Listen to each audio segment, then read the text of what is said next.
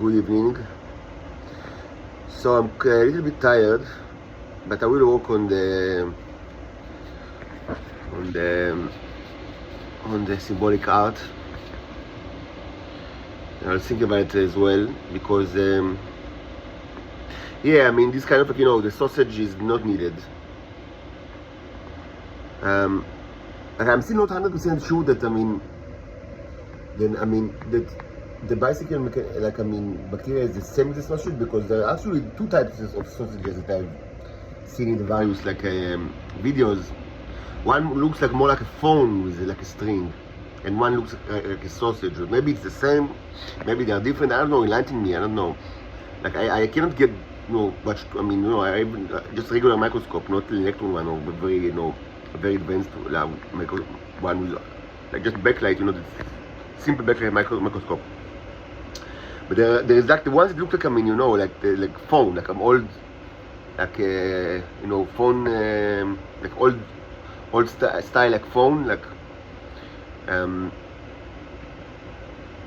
I don't even know what's the name of the word what's the word in English, like for ferret, or afarkeset, in like old Hebrew, maybe people younger people in Israel don't even know the meaning of the word in Hebrew.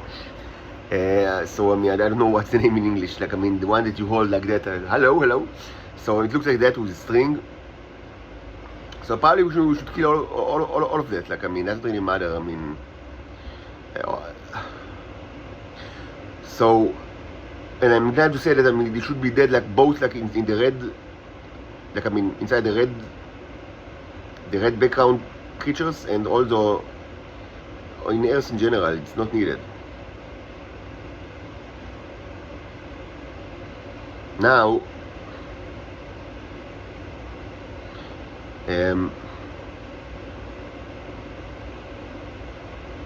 I will maybe to take another day. I hope you are not if you're infected with this disease, maybe for decades. I don't know how it affects you, but if it affects you very severely, you might be anxious to get rid of it. And it should also be starting to be. You should start to feel the kind of it should start to recede. Following the already existing constructions, but again, it's not it should be more elaborated. And also it should contain. We should do another one to regard to Earth Earth and Mars. Like all of it, because it can be, you can be reinfected with it. First of all, the same way that people infected you in the first place, they can infect you with it again. So the Earth should be get rid of it. And this, of course, this is true for both if you are a good person or a bad person. What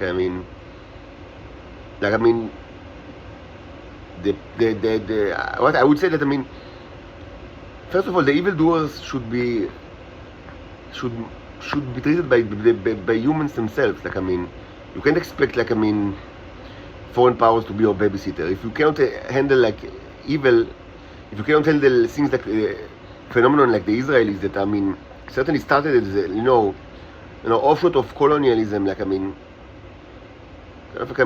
way to get rid of a European scum from Europe, because they didn't want it over there, and it mostly stayed like that until now. But it was like that since more than 100 years ago, and 120 years ago. So and you it's your fault, mostly European countries, but not only European countries. That it shouldn't have happened to begin with, and it should have stopped. Stopped long ago. But you continue to support this parasitic state because of basically the same motives of that these states started to begin with, which means that you need a trash can. You don't like to handle the trash at your own place, so you think, okay, let's send the trash to to the trash can in the Middle East. And that was the main motivation. From the end of the 19th century, and to my understanding, it's somehow still true. Of course, it got more complicated because there are so many more people now involved. But initially Zionism was something like that, in a very small scale, to get rid of disgusting creatures from Europe, to put them in the Wild West, or the Wild East, in a territory that no one give a shit about during the time. And I mean, surprise, what kind of a country they established. I mean, yeah. I mean, what do you think that what do you think that all those homosexuals and pedophiles? What do you think? I mean, what kind of country would they create? Like, I mean, is that, I mean, there's such a surprise? No, it's not. They created like a country in their own image, which means parasitic country and violent and pervert, and it's kept like that until today, mostly. And this is the problem of the world. I mean, this world should have like ended, and they didn't do it because they had all sorts of like motivations, and also because lamentably, very lamentably, many intelligence services all around the world, like, I mean, are also, I mean, they have the very old tendency like to populate themselves with homosexuals and pedophiles, and this is a huge problem, a huge problem. Like, both indirectly and directly, it causes so much suffering in this world. And I understand that arguably, I mean, yeah, I mean, you can say that, I mean, if they weren't homosexuals and pedophiles, I mean, they would have, like, I mean, they maybe, you know, they would have, like, I mean, you know, be a predator to women, like, even, like, I mean, worse than the kind of predators that, I mean, the current people are, presumably. I mean, I understand the kind of, like, the thought, and I understood it right away, like, 4.5 years ago, and I immediately, when I understood it, I mean, I'm like, you know, hunted by the intelligence of the Israeli community, like the Israeli intelligence community. I understood very well that I mean, yes, there are pedophiles and homosexuals, and probably it's some kind of like worldwide phenomenon, but certainly in Israel phenomenon. They understood that, I mean, that they had kind of like, I mean, very quickly understood that they had kind of like, I mean, justification for their existence, like the way that they are, by the fact that presumably if they weren't, I mean, but they had like, no, if they were just, I mean, normal heterosexuals, presumably with all the powers that they had, and they had such huge powers even 100 years ago, and it's only getting worse in a very Orwellian way. Like, it's much worse than even the things that Orwell predicted. I mean, obviously, I mean, they would have, like, I mean, used the power to be predator of women. I mean, and certainly it was like that 100 years ago. Like, I mean, and so it's well documented. It's not like, I mean, you know, this is all well documented, that it actually was already like it 100 years ago. So certainly it was being like it today. But I would argue that, I mean, that the current situation is not better. It's worse. Like, I mean, yes, it would have been bad, I mean, because of the nature of these organizations that are so evil. But so, yes, if they were normal heterosexuals, they also would have like been like a threat to humanity. But the alternative, which became such a standard like in this world, that, I mean, that they are homosexuals and pedophiles, is a worse, I mean, like, I mean, the worst option. Like, I mean, it's unbelievably cruel and disgusting, and in Israel it's a, like, it's hell. It's just hell. What they do is just hell. I mean, and I've talked about it quite a bit, so it's not the time to repeat myself.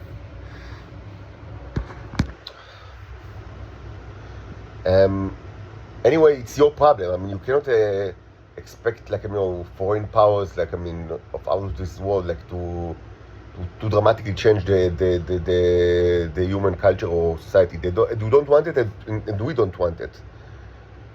What, I mean, the higher ups, like the higher powers, I mean, they're mostly, I mean, they're done with you already, because you've already had like all the chances that you've needed. Like, I mean, you've received so much, so like, humanity received so much, I mean, for such a long time, and by now they should have been different. And if they don't, I mean, probably the solution is just replacement, annihilation, extinction, replacement.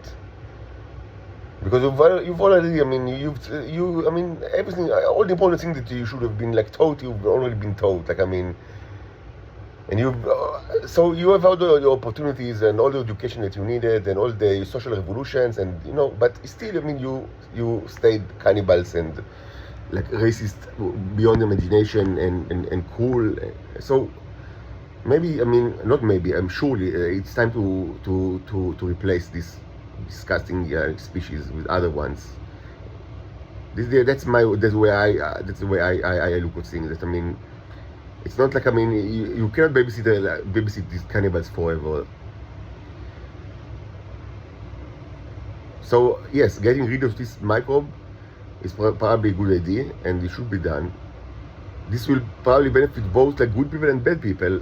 But again, the bad people should be treated by the humans of this earth itself. And if they are not, I mean, then probably it's a failure for the entire humanity.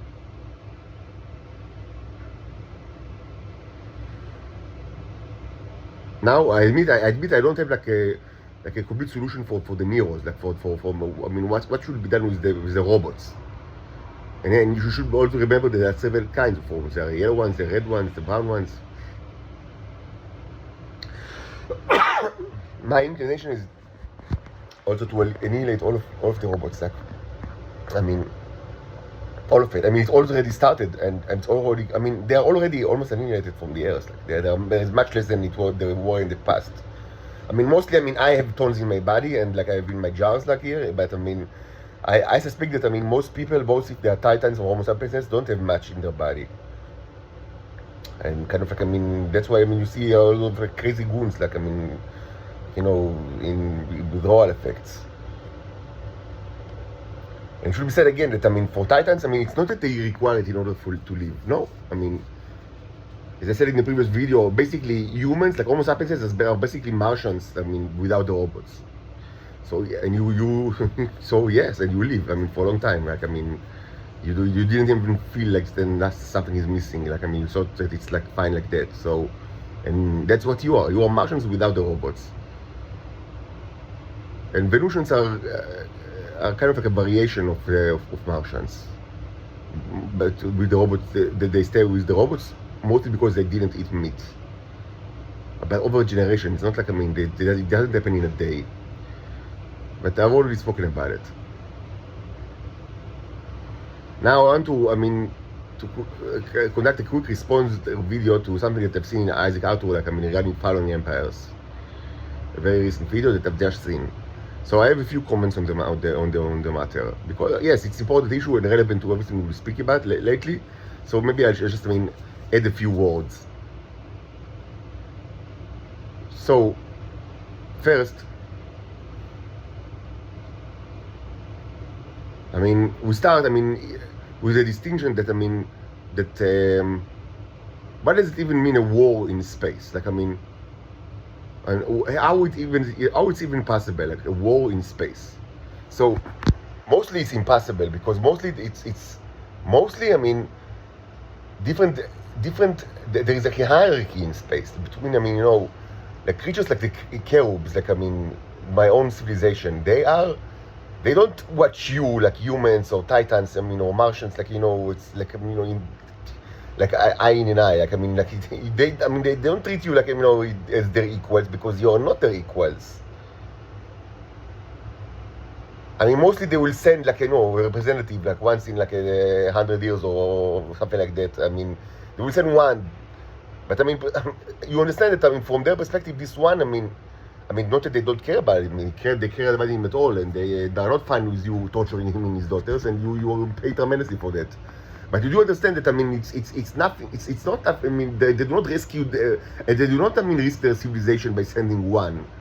I mean, presumably there could be trillions of trillions. I mean, you don't know how many are there, and there could be any number that you just suggest might be true, because they're so ancient, and so. I mean, so they send one. Still, this one is important. Every life is important for them. They don't like they don't like you to crucify their representatives, even though you do it from time to time. But I mean, it's not like it's okay to crucify their people. Like, they care about the representative just like you care about, like, any kind of, like, diplomat that they send to wherever. But it's not that, I mean, that their civilization is at risk because, I mean, they send one person that might be crucified by a horde of barbarians. I mean, it's one among many. It's not like, I mean, any kind of effort from their perspective. Like, I mean, it's not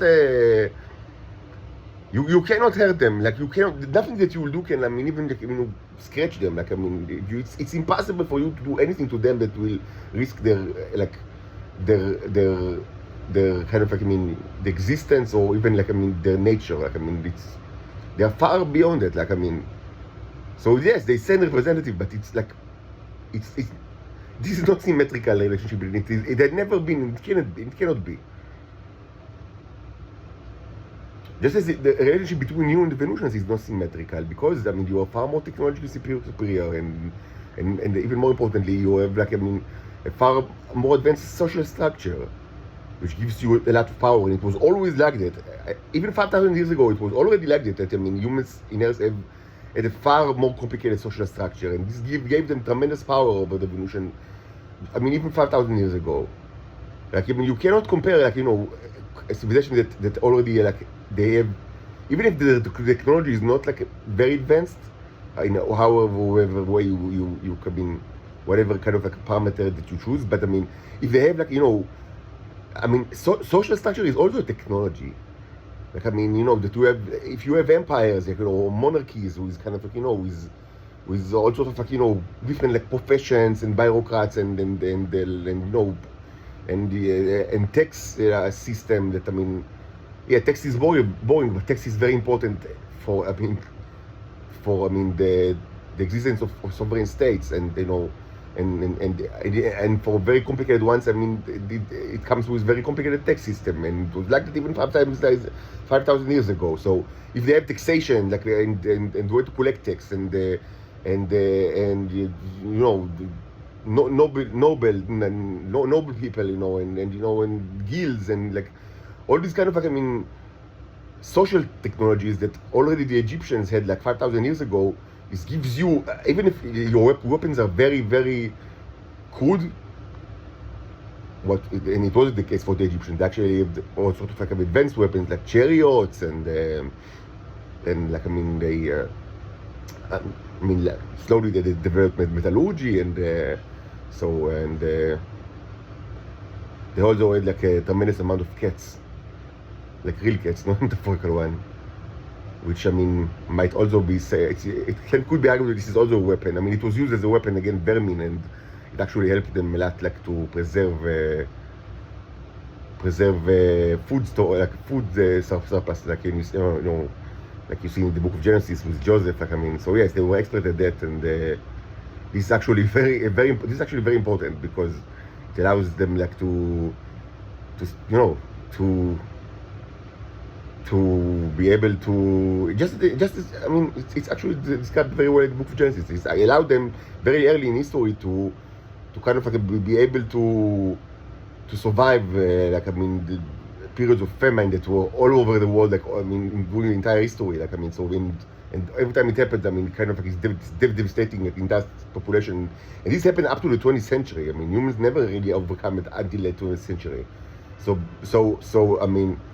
I mean, if you can, like, store a lot of grain, and, like, I mean, and you have a way to control pests or vermin with cats or in any other way, it's kind of, like, and you can do it, like, in grand scale, and they could have done it in grand scale in Egypt. So it gives you, like, the ability to survive, like, I mean, this kind of, like, horrible period that from time to time, just, I mean, just to say, you know, this is life. I mean, it happens, like, from time to time there is, like, a famine, and because of all sorts of reasons, like, you know, the Nile that doesn't, like, flood, like, I mean, it should have been, or, you know, there is no rain, or, I mean, this is part of human life, I mean, since forever, like, I mean, and if they can, like, they have, like, the ability to surpass these kind of, like, these areas, these kind of, like, very rough years without, like, I mean, and with the people still, I mean, suffer tremendously, but still survive, because, I mean, they still have things in the storage.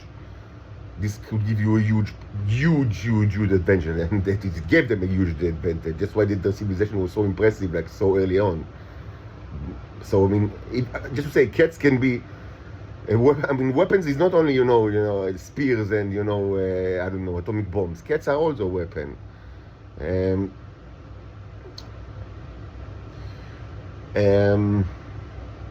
So this, I mean, all of these, I mean, you know, social technologies was, I mean, placed humans, I mean, far above the Venusians, like, I mean, since thousands of years ago.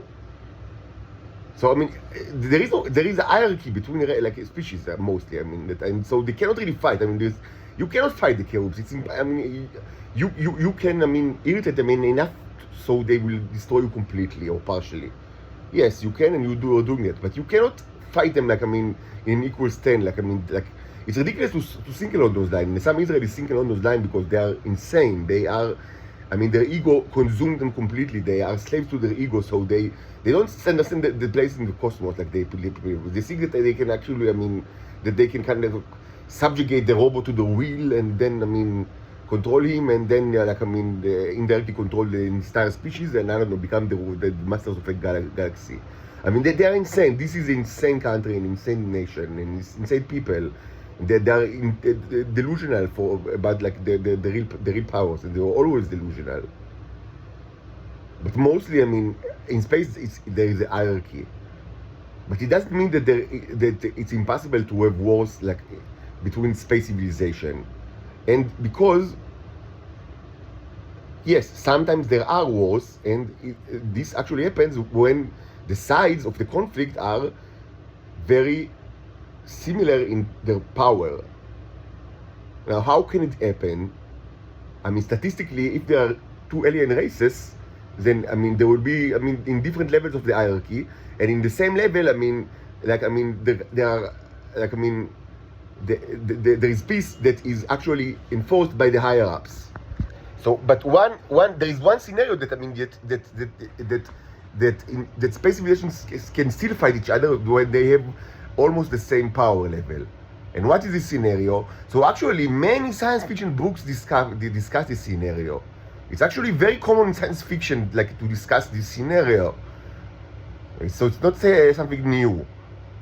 And this is the scenario of a civil war between the civilization and their colonies. And you can see it in Isaac Asimov. You can see it in Robert Heinlein. You can see it. I mean, it's a staple of classic science fiction. The war of Earth with the colonies of Earth. But of course, it doesn't need to be Earth. It can be in others. I mean, it can be Mars and the colonies of Mars, or Earth and the Moon, or, I mean, like, you know, the Moon. Like in the book, the Moon is the harsh mistress of Heinlein, or, you know, in the Asimov, like, they have, like, I mean, even before the war, there was actually war. I mean, there is like the time of the robots, like, there is issue of you know, it's kind of like a motive, like that, I mean, repeats itself in many of Asimov's novels. I mean, like, they have like a war. I mean, that's actually the main theme of like one of its trilogies. Like, I mean, the Pebble in the Sky, and I don't remember, and the Stars Like Dust. I don't remember the third one, but I mean, even like I mean, chronologically before that, like in the Robot Saga, the Caves of Steel, and, you know, and the Naked Sun. I mean, so they're always like the issue of, like, I mean, the Earth people and, like, you know, the offshores, like the colonies, like, I mean, that they don't like each other. And it repeats itself a lot in science fiction because it actually makes sense. Because yes, there will be, I mean, naturally, there will be some kind of, like, I mean, not only competition, but there could be not only competition, but even, like, I mean, kind of like a jealousy between, like, the people that, I mean, left, like, in the home world, whether it's Earth or another planet, or in the colonies.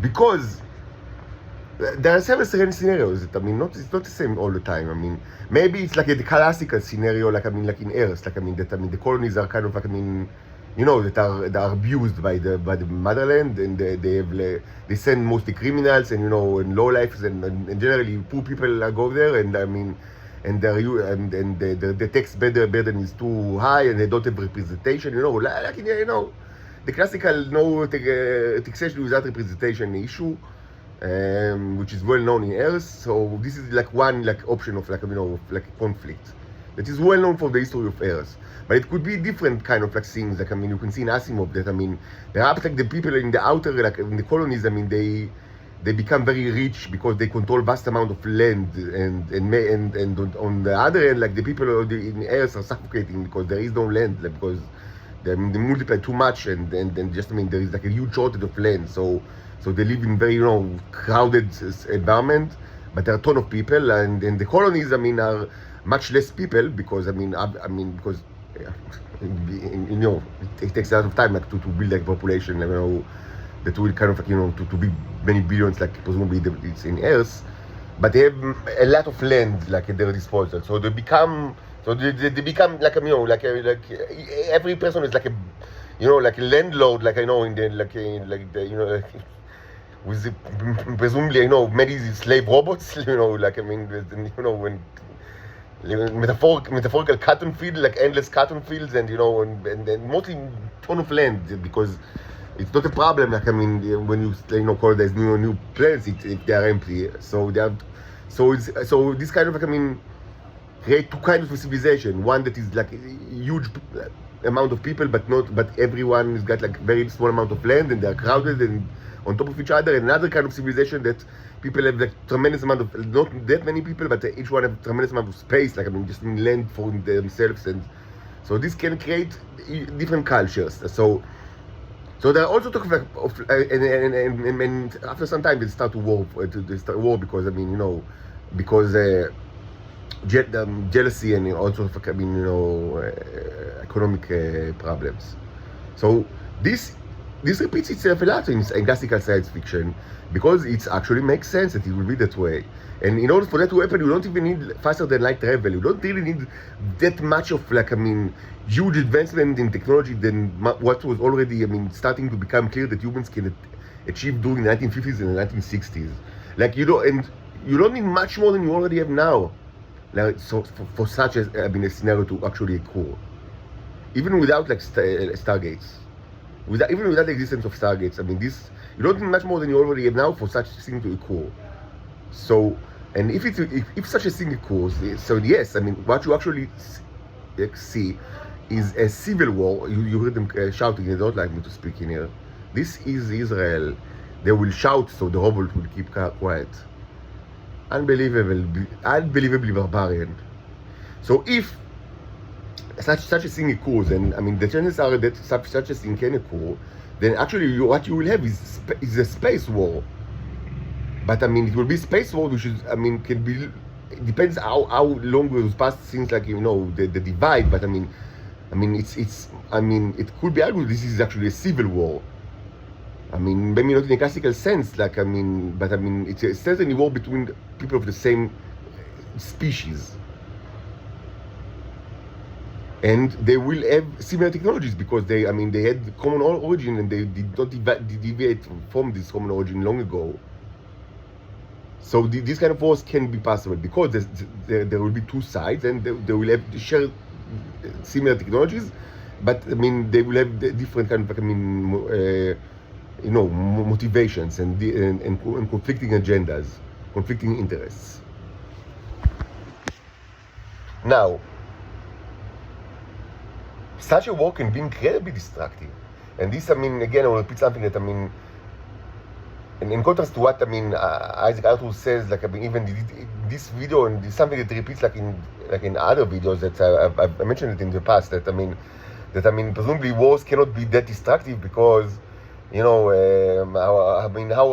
if you use all the atomic bombs on Earth, even in the height of the Cold War, thousands of nuclear warheads, you detonate all of them all over the world, or a place that is similar to Earth, still, the damage would not be such horrible that that everybody will be dead, and so some will actually stay alive, and no reason why they will not be able to just to continue with the same kind of technology that they already have, because it's not that the internet is dead or books are dead. There's still books, so very quickly, even if by quickly we mean only 1,000 years or 2,000 years, it's still very quick in astronomical scale to bounce back.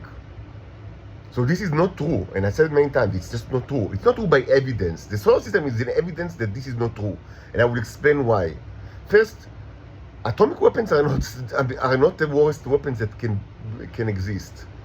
I would argue that you already see in your own eyes a weapon that is tremendously more dangerous than the atomic bomb, which is the Full Metal Jacket.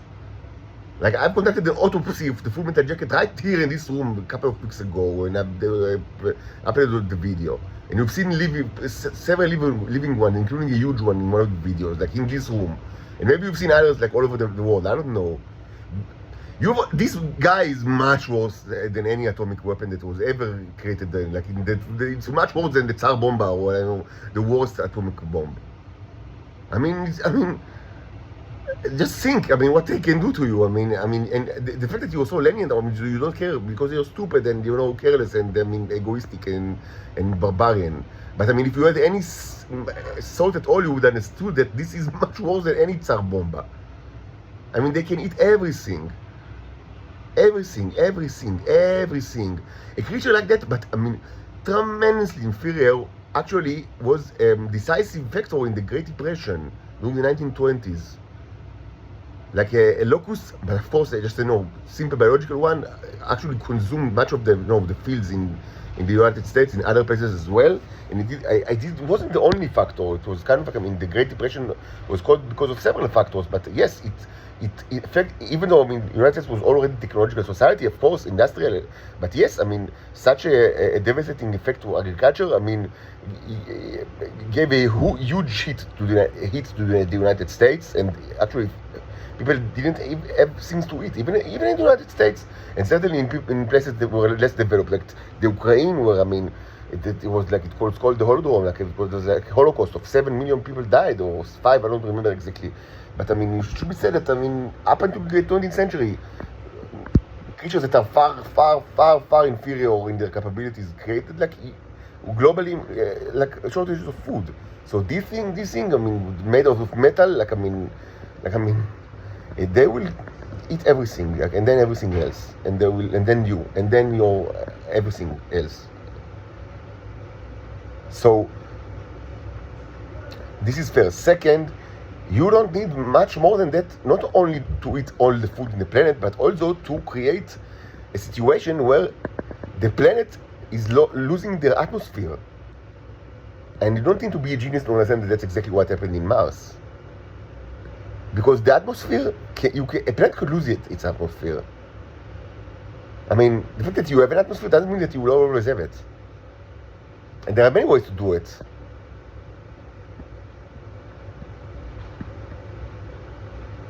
And one way to do it is to infect the atmosphere itself with life forms that possess huge danger to everything that exists on the planet, to a point that either the people of the planet itself or spaceships of other superior civilization would decide the only kind of plausible, I mean, that the best course of action would be to delete the atmospheres. And this could be done by spaceships or by the people of the planet itself, if they feel that that they must, like, I mean, of course it's kind of it's a doomsday scenario, and because everybody understands that after you wipe the atmosphere, the only life forms that can be live on the planet are very basic ones. Even though still there can be some, you cannot completely delete the atmosphere, but if you wipe out considerable amount of the atmosphere, then yes, the planet will be, almost unlivable and for a long time. But sometimes, even this should be done in order to just, because that was infected with life forms that are incredibly dangerous, and that it's worse, like, to be. Again, this could be decided either by a superior kind of species of like sentient beings that have tremendous, that possess spaces with tremendous power, and they can do it from space, or it could be decided by the people themselves of the planet. That they understood that the planet is done because of the atmosphere is infected and like all life. Everything is like in dangerous of unbelievable of like cruel destiny, and that it's better just to wipe it, like to delete it. And this can be done. This can be done. And it was done. It has been done. So after if such a thing happened, there is no easy way to rebound from that. And the people that are part of this world, not necessarily they have like a place to go, even if they have like some kind of like interplanetary, like, technology, and you already have some kind of interplanetary technology. But even if, let's say that you have even like superior like that, but it still doesn't mean that you have anywhere to go. Like, where will you go?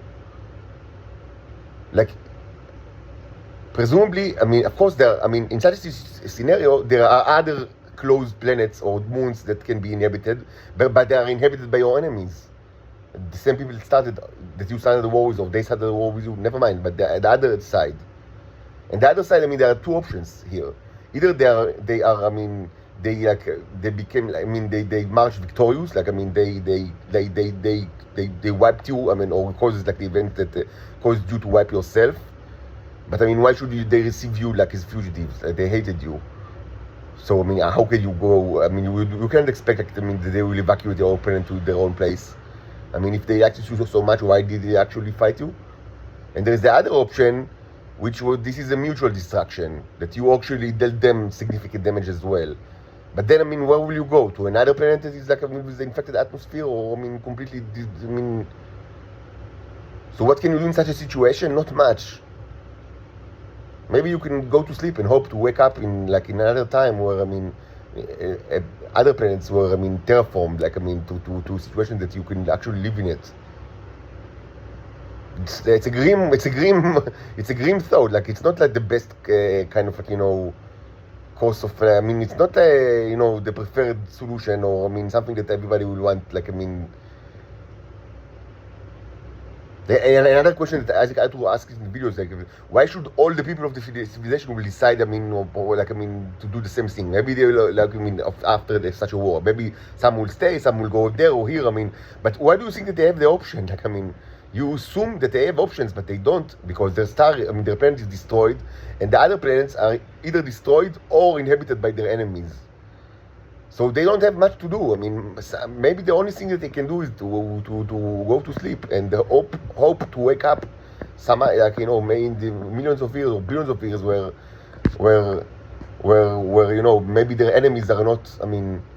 They've already forgot that they are their enemies or not exist anymore, and that maybe some other place is now in a condition that it can support life, so they can, continue to live in a place that will not be completely toxic and will not be inhabited by their mortal enemies.